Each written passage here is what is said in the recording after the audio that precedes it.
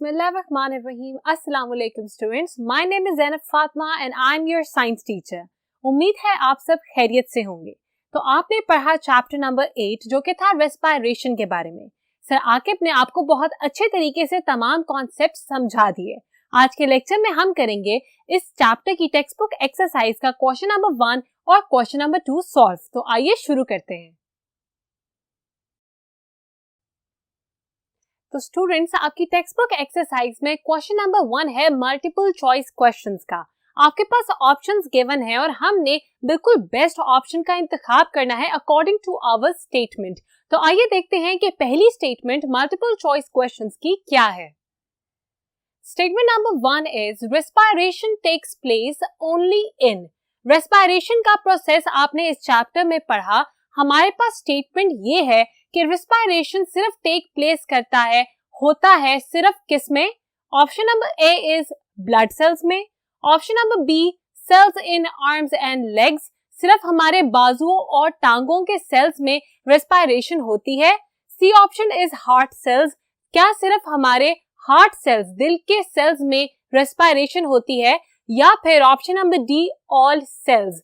आपको ये पता होना चाहिए कि हमारी बॉडी में जितने भी सेल्स मौजूद हैं उनको जरूरत है ऑक्सीजन की।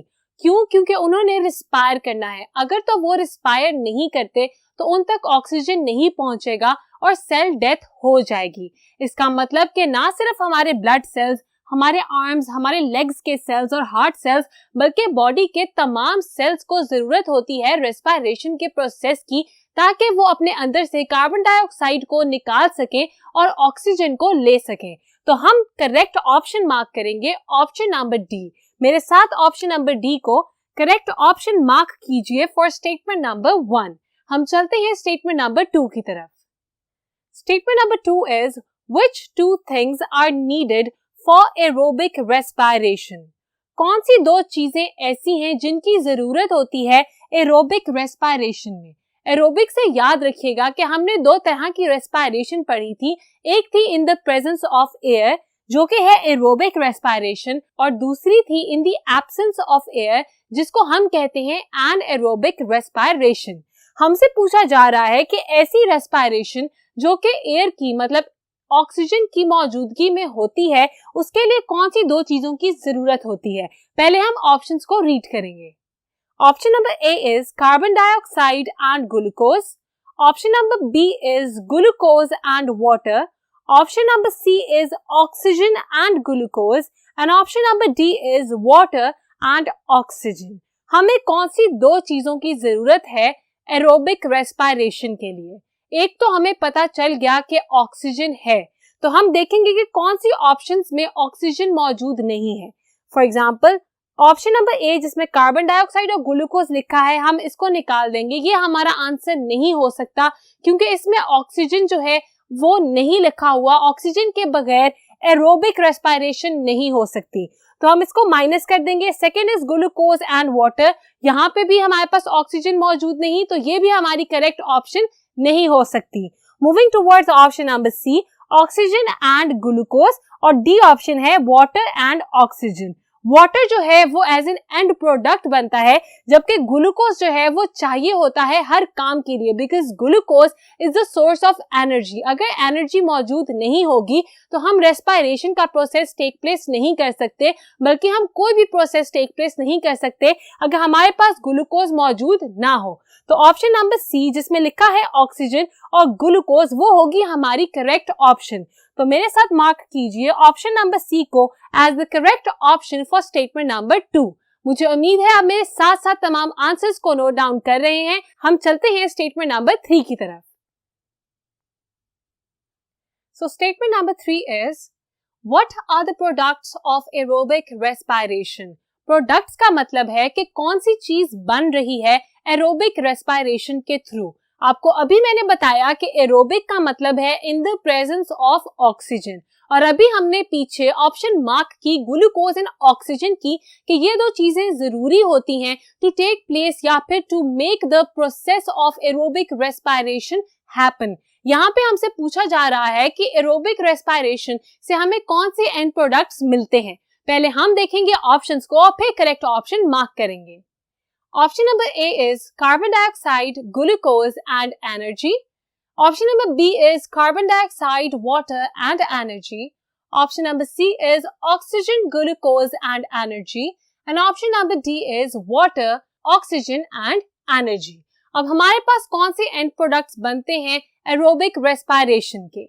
सबसे पहले तो oxygen is not an end product. Oxygen initially चाहिए होता है ताकि ये प्रोसेस टेक प्लेस हो सके. तो जहां पे भी ऑक्सीजन मेंशन्ड है अब वो दो ऑप्शंस निकाल देंगे और बाकी दो ऑप्शंस जो आपके पास रह गई हैं उसमें से डिसाइड करेंगे.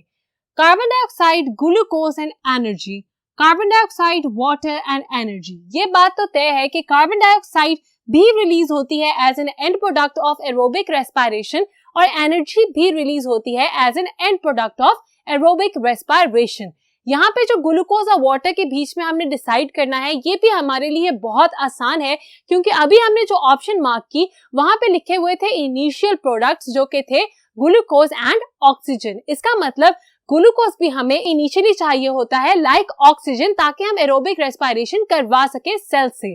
तो हमारे पास करेक्ट ऑप्शन होगी option number B that says कि end product of aerobic respiration होते हैं carbon dioxide, water and energy. आप इसको करेक्ट ऑप्शन मार्क करेंगे for statement number 3. We are moving towards statement number 4. The fourth statement is in which part of the cell does respiration take place.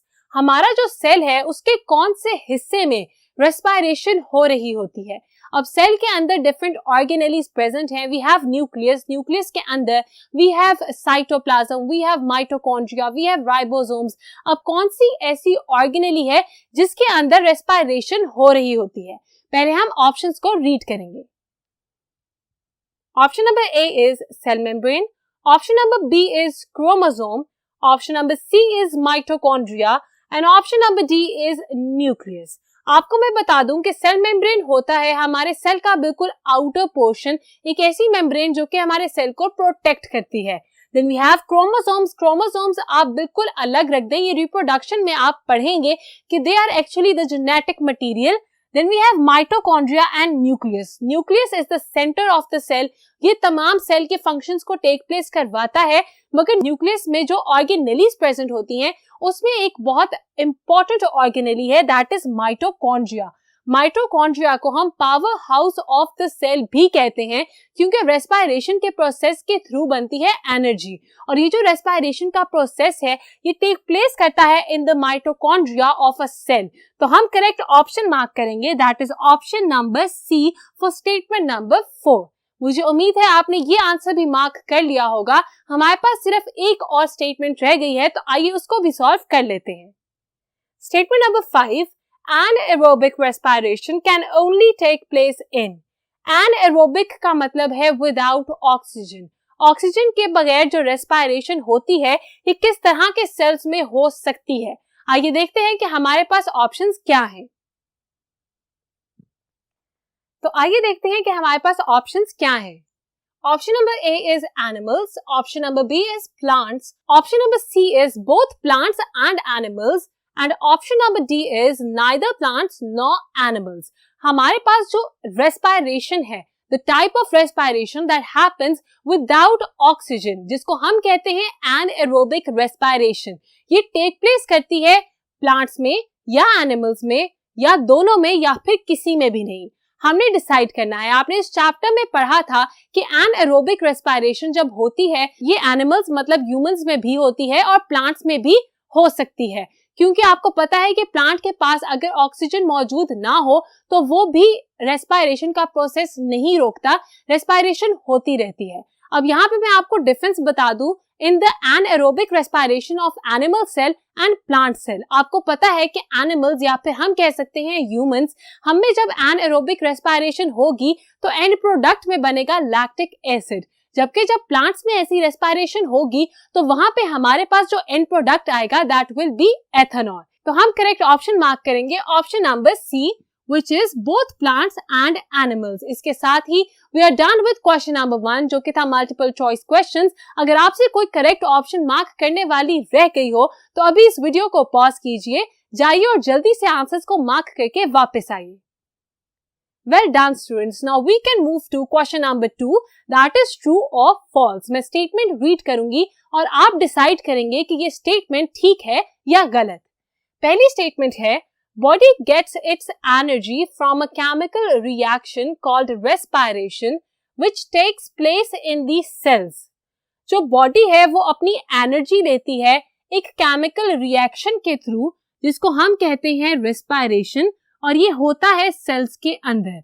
अब मैंने इस statement के 2 हिस्से कर दिए. सबसे पहला हिस्सा कह रहा है कि जब भी हमारी बॉडी में एनर्जी की रिक्वायरमेंट होती है तो ये एनर्जी हमें केमिकल रिएक्शन से मिलती है. केमिकल रिएक्शन का नाम है रेस्पिरेशन. अब ये बात बिल्कुल ठीक है because respiration takes place by the breakdown of glucose and oxygen. इसका मतलब कि 2 चीजों का ब्रेकडाउन हो रहा है और हमारे पास कोई और एंड प्रोडक्ट्स बन रहे हैं. This is a chemical reaction. जब हम फिजिकल रिएक्शन की बात करें तो फॉर एग्जांपल अगर आपके पास एक लकड़ी मौजूद है और आप उसके ऊपर हैमर मार के उसको तोड़ देते हैं तो this is the physical interaction या reaction between the hammer and the wood. यहाँ पे जो रिएक्शन बन रहा है कोई मॉलिक्यूल या फिर एलिमेंट टूट रहा है तो इसको हम कहेंगे chemical reaction. This statement is absolutely correct. इसके बाद लिखा है कि ये टेक प्लेस करता है हमारे सेल्स के अंदर. ये बात भी बिल्कुल ठीक है. अभी हमने पिछले बोर्ड पे डिस्कस किया कि एक ऑर्गेनेली हमारे सेल के अंदर प्रेजेंट है जिसका नाम है माइटोकॉन्ड्रिया. इसको हम कहते हैं the power house of our cell. यहाँ पे होता है रेस्पिरेशन का प्रोसेस और यही लिखा हुआ है स्टेटमेंट नंबर 1 में. तो हम इसको मार्क करेंगे एज करेक्ट. आप इसके सामने लिखेंगे true.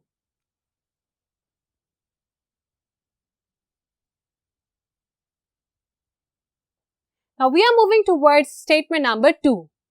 Second statement is amount of carbon dioxide breathed out is about the same as that breathed in. हम जब inhalation और exhalation का process take place करते हैं मतलब हम हवा को अंदर लेके जाते हैं, इसको हम कहते हैं कि हमने breathe in किया है, हमने inhale किया है. इन से याद रखिएगा कि हम एयर को अंदर लेके जा रहे हैं. जब हम एयर को बाहर निकालते हैं तो उसको हम कहते हैं एक्सहेल करना. EX निकला है एग्जिट से. आपको पता है एग्जिट का मतलब है बाहर जाना. इसीलिए हम कहेंगे कि जो हम कार्बन डाइऑक्साइड अंदर लेके जाते हैं इनहेलेशन से उतनी ही अमाउंट में हम कार्बन डाइऑक्साइड को एक्सहेल करते हैं बाहर की तरफ. यही लिखा हुआ है हमारी स्टेटमेंट नंबर 2 में. मगर यहाँ पे एक एक्स्ट्रा बात ये लिखी है कि जितना कार्बन डाइऑक्साइड हम बाहर निकालते हैं बिल्कुल उतनी ही कंसंट्रेशन में हम कार्बन डाइऑक्साइड को इनहेल भी करते हैं. ये बात ठीक नहीं है. व्हाई? क्योंकि हमारे एनवायरनमेंट में जब हम बाहर निकालते हैं कार्बन डाइऑक्साइड को तो उसकी कंसंट्रेशन ज्यादा होती है because each of our body cell is producing carbon dioxide. इसकी जो कंसंट्रेशन है वो कंपैरेटिवली जो हम इनहेल कर रहे हैं उससे ज्यादा होगी. इस हिसाब से हमारी जो सेकंड स्टेटमेंट है वो होगी गलत और आप इसके सामने लिखेंगे फॉल्स.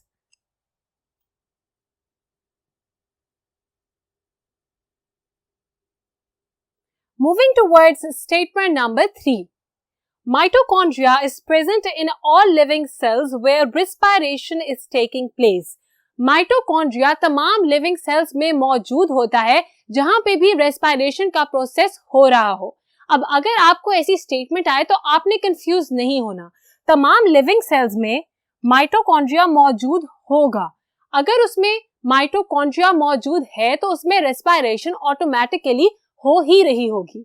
तो ये स्टेटमेंट बिल्कुल ठीक है. आपको कंफ्यूज करने के लिए हम इस तरह की कॉम्प्लिकेटेड स्टेटमेंट्स आपको दे सकते हैं एग्जाम्स में. आपने कंफ्यूज नहीं होना. आपने याद रखना है कि तमाम लिविंग सेल्स में माइटोकॉन्ड्रिया मौजूद होता है और उसकी वजह से उस सेल के अंदर रेस्पिरेशन का प्रोसेस भी टेक प्लेस करता है. तो हम इस स्टेटमेंट के सामने लिखेंगे true.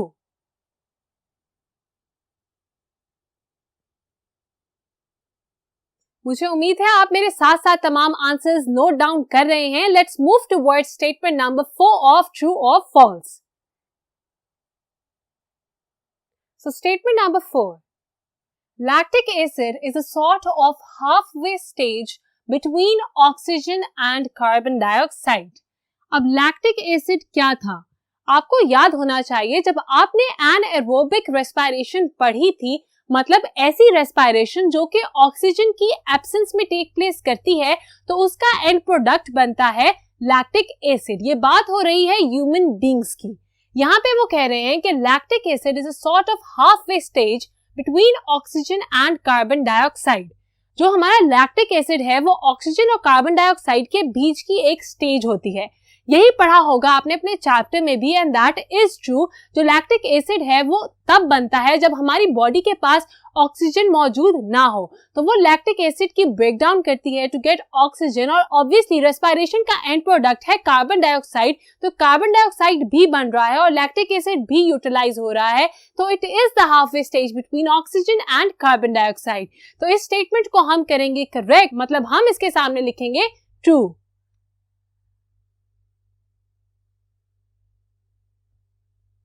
Moving towards the last statement, that is, yeast can respire aerobically मतलब with oxygen and anaerobically मतलब without oxygen.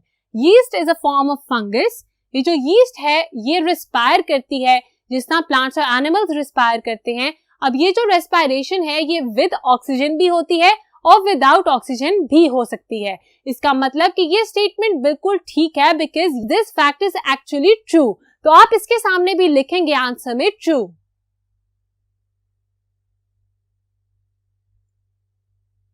तो मुझे उम्मीद है कि आपने मेरे साथ साथ तमाम आंसर्स को मार्क किया होगा अपनी टेक्स्ट बुक एक्सरसाइज पे। अगर नहीं भी किया तो अब आपके पास बहुत टाइम है, आप इस लेक्चर के बाद जाके तमाम आंसर्स अपनी टेक्स्ट बुक एक्सरसाइज पे नोट कर सकते हैं। हम मिलते हैं नेक्स्ट लेक्चर में जहां मैं आपको कराऊंगी बाकी के क्वेश्चंस को सॉल्व। तब तक के लिए अपना बहुत ख्याल रखिएगा। खुदा हाफिज।